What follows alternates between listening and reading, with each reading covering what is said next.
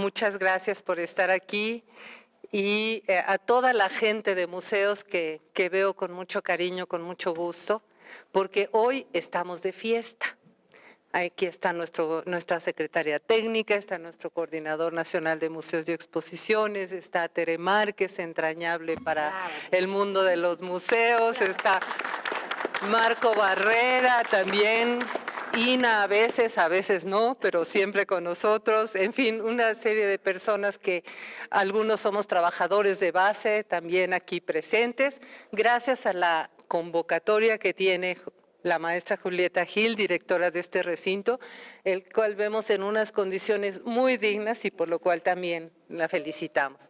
Entonces tenemos fiesta el día de hoy y por eso quisiéramos que recordar a Iker a través de sus múltiples facetas, celebrando que vivió dedicado al arte, a la museografía, a la cultura, que tenía una gran preocupación por los niños y las niñas, por los jóvenes, porque estos museos fueran gratuitos, porque la cultura estuviera al alcance de todo mundo, en fin, con una gran presencia, a pesar de que no está físicamente con nosotros, está de otra manera y está con mucha vigencia, con mucho vigor y disfrutando del cariño de todos y todas las personas que estamos aquí. Así que en el Día Internacional de los Museos celebramos la vida de Iker y yo quisiera que antes de conocer la exposición, platicar muy brevemente que la obra que se presenta hoy es una obra que se presenta en una segunda sede. La primera sede fue el Museo Regional de Morelos, porque Iker quería ver sus pinturas. Ya no le pertenecían formalmente porque el Instituto Nacional de Antropología e Historia hizo un gran esfuerzo por adquirirlas, gracias a la amabilidad de toda la familia que aceptó que el INA fuera su custodiador y además que el INA se hiciera responsable de difundir esa obra maravillosa, ¿no? que nos dejó. Entonces hubo una conjunción de estrellas y de dependencias del INA, la coordinación de museos, la Secretaría Técnica, la propia Dirección General, y tenemos no solo la obra de Iker, sino el compromiso de itinerar esta obra por todos los museos que sea posible para que todo México se entere, literalmente, ¿no? Yo quisiera leerles otra idea de Iker, que me gusta mucho. Dice: en todo lo que captan nuestros sentidos hay significados que revelan la naturaleza del objeto, calidad y función, y provocan en quien lo percibe diversas respuestas activas, contemplativas o de simple indiferencia.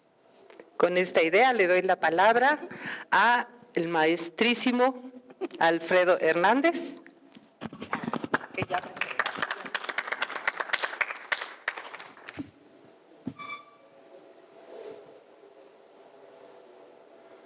¿Qué te hago así? Ok. Bueno, les voy a platicar una historia.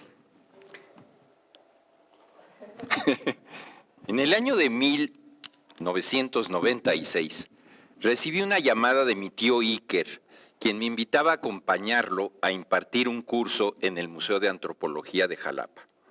Claro está, me apunté para acompañarlo. Debe haber sido en domingo en que pasé a recogerlo a su casa en la calle Colorado en mi Volkswagen, en el que cargaba, además de mi maleta, una computadora y una impresora muy voluminosas. Pase. En el trayecto y frente a mis incesantes preguntas sobre su vida y sus vivencias infantiles y juveniles, al lado de mi padre, Iker procedió a platicarme lo que parecía ser la historia de su vida.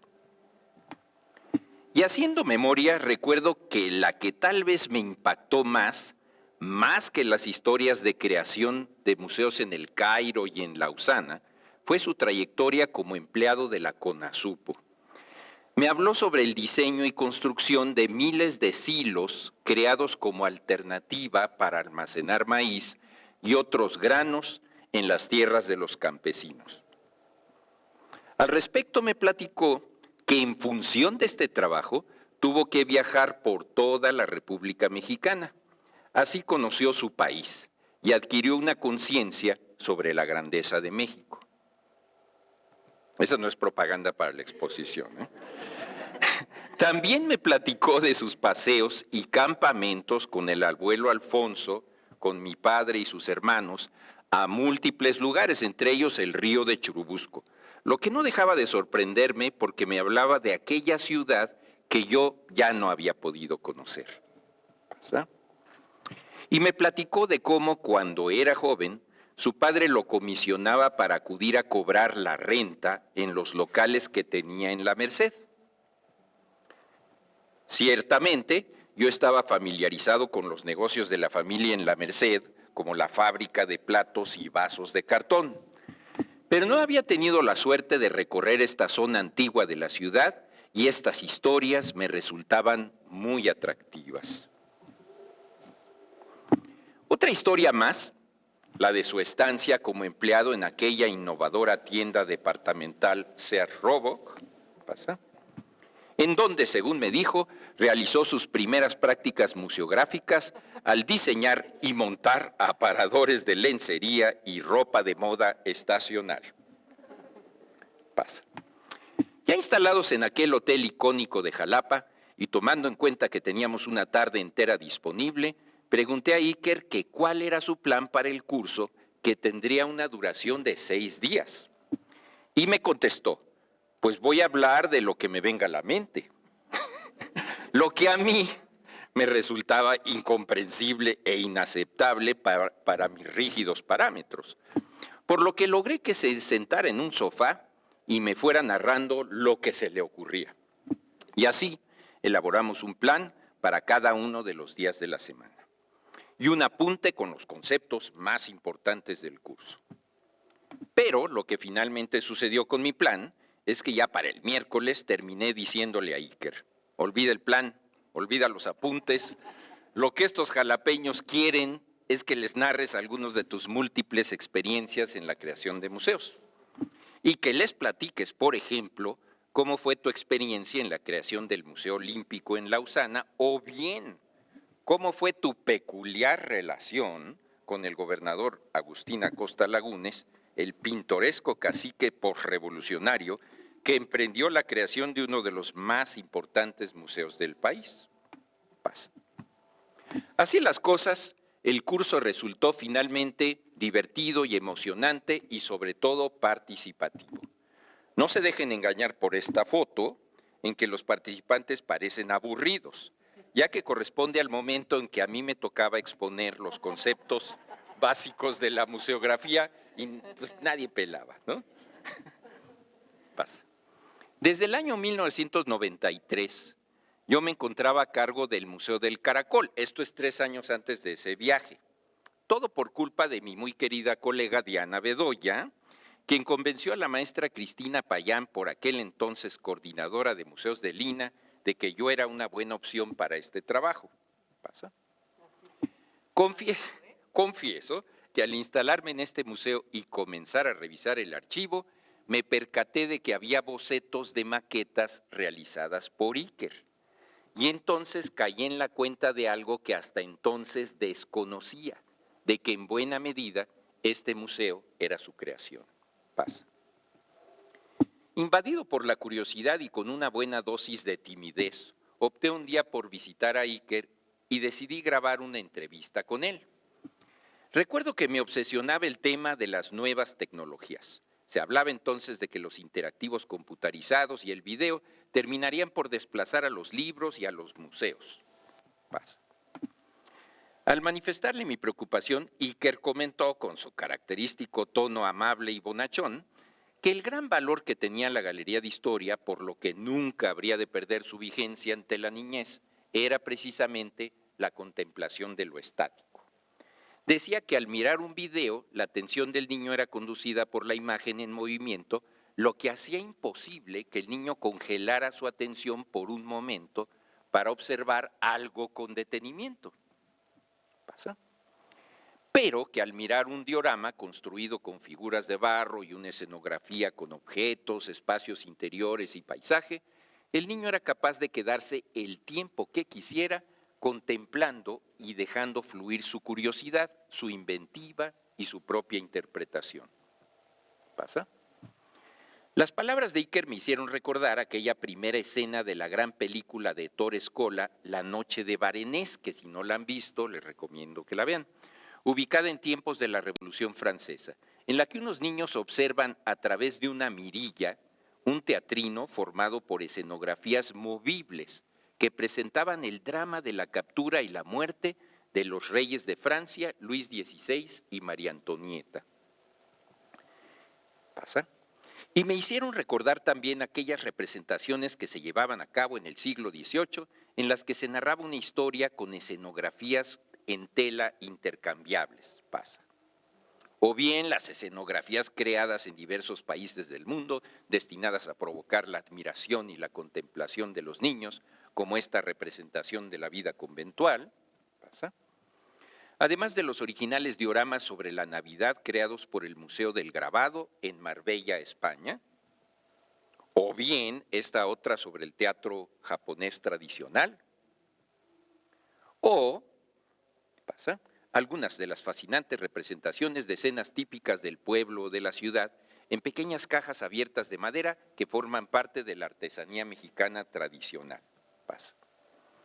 Aunque tal vez lo que más fascinaba a Iker era la versión del diorama que era visto desde una pequeña mirilla, sistema que presentaba el problema de que solo podía ser visto por un niño a la vez, por lo que no constituía una alternativa para un recinto de masas infantiles como la Galería de Historia. Pasa. En fin, lo cierto es que para la creación de los dioramas del museo, Iker y sus colegas contaron con múltiples referentes de la cultura teatral universal. Recuerdo que Iker me hablaba de la extraña fórmula que experimentaron combinando unos fusiles de tamaño real con las figuras y la escenografía, en el caso del diorama del fusilamiento de Maximiliano. ¿Pasa?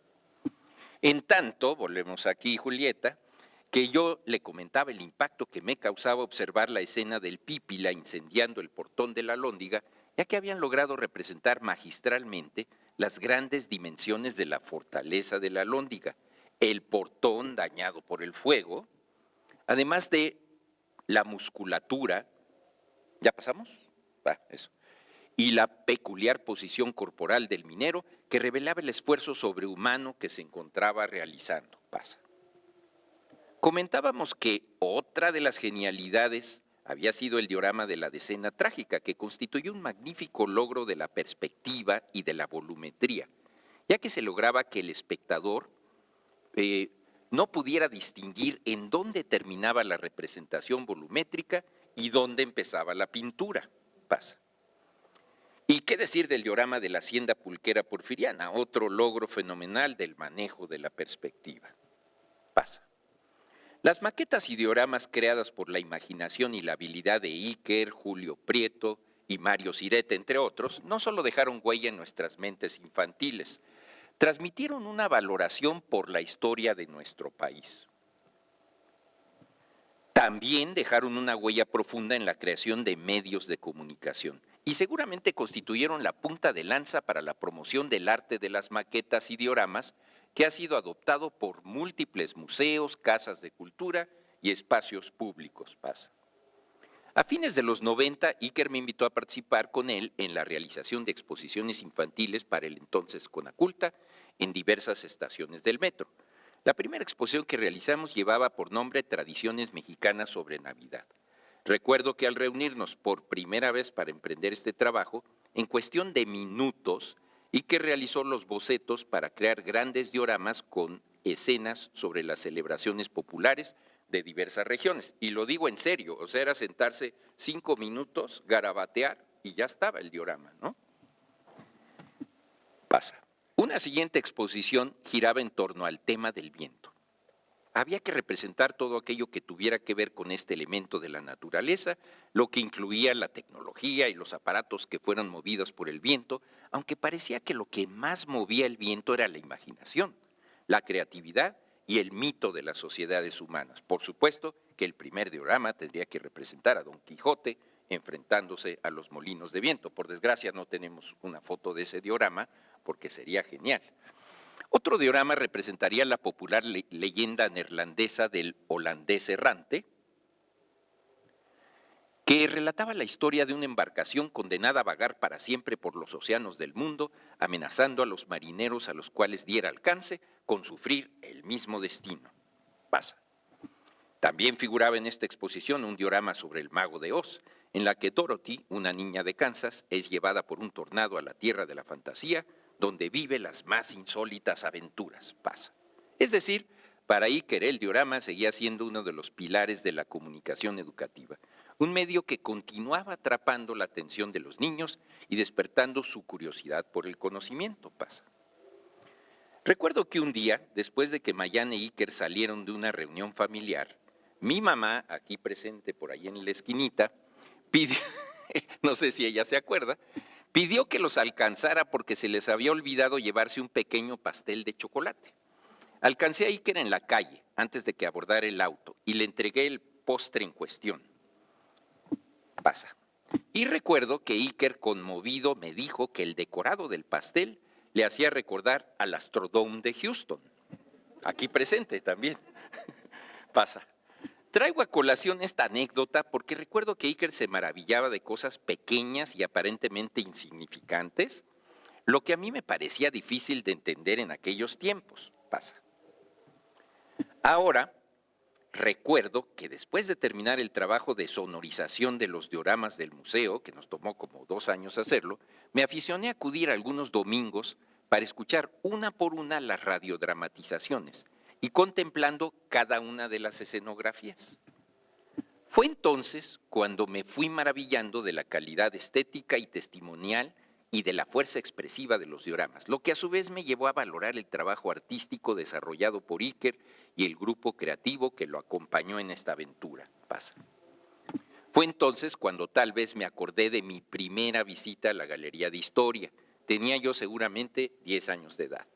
Acudí con mi mamá y mis hermanos en una temporada vacacional. Ella era la que nos llevaba a todos los museos, porque mi papá siempre estaba trabajando, ¿no? Mi primer recuerdo de aquella visita fue la emoción de contemplar, pasa, la monumentalidad de aquel edificio que destilaba modernidad, con sus lustrosos pisos de parquet, y la asombrosa sensación de encontrarme en medio de un bosque circundado por enormes vidrieras casi libres de herrería. Pasa.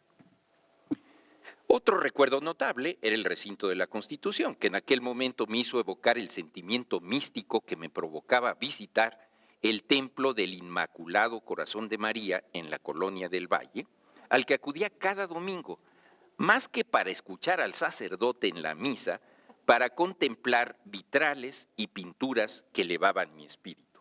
Es el que está en Nicolás San Juan, Gabriel Mancera y Torres Adalid, y es un agasajo la parte de la pintura. En fin, y recordaba también, o sea, el tercer así elemento en jerarquía, fueron las figuras de barro que cobraban vida gracias a las dramatizaciones sonoras, en las que se escuchaban voces exaltadas que además de atrapar mi atención, me asustaban por la intensidad emocional que transmitían. Así las cosas, el recuerdo que tengo de mi tío Iker Larrauri se encuentra indisolublemente ligado a esta galería. Este recinto representó para mí un reencuentro con mi sensibilidad infantil. ¿Pasa? Pero también me brindó la posibilidad de conocer a Iker, de saber cuál era su pasión por la educación de los niños, y me brindó la posibilidad de observar su peculiar manera de comprender y experimentar el legado cultural de la humanidad y de comprender el valor de este patrimonio para el futuro de nuestra nación y de la humanidad entera. Pasa. Y por último, la convivencia con Iker y sus ideas me permitió adentrarme en el espíritu de esa generación de pensadores, artistas y emprendedores de la cultura que fueron capaces de construir las obras artísticas y literarias, los murales y los monumentos, los museos y los centros educativos y culturales que constituyen hoy el mejor asidero del que disponemos los mexicanos para fundamentar nuestro presente e imaginar un mejor futuro. Y este recinto tiene hoy una muy digna heredera, que es Julieta Gil. No, pero quiero decir que esto de conservar la memoria de los creadores de los museos, para mí, aunque suene extraño, es raro, o sea, no es algo que acostumbramos a hacer. Entonces, a mí me sorprende mucho esta iniciativa y pues Julieta, Diana, Mayan, quiero reconocerles esta iniciativa porque hay que conservarla. Estamos en una institución en la cual manejamos la memoria, pero no somos capaces de manejar como la nuestra, ¿no? Entonces, bueno, quiero terminar pues reconociéndoles que este trabajo que me parece muy valioso. Muchas gracias.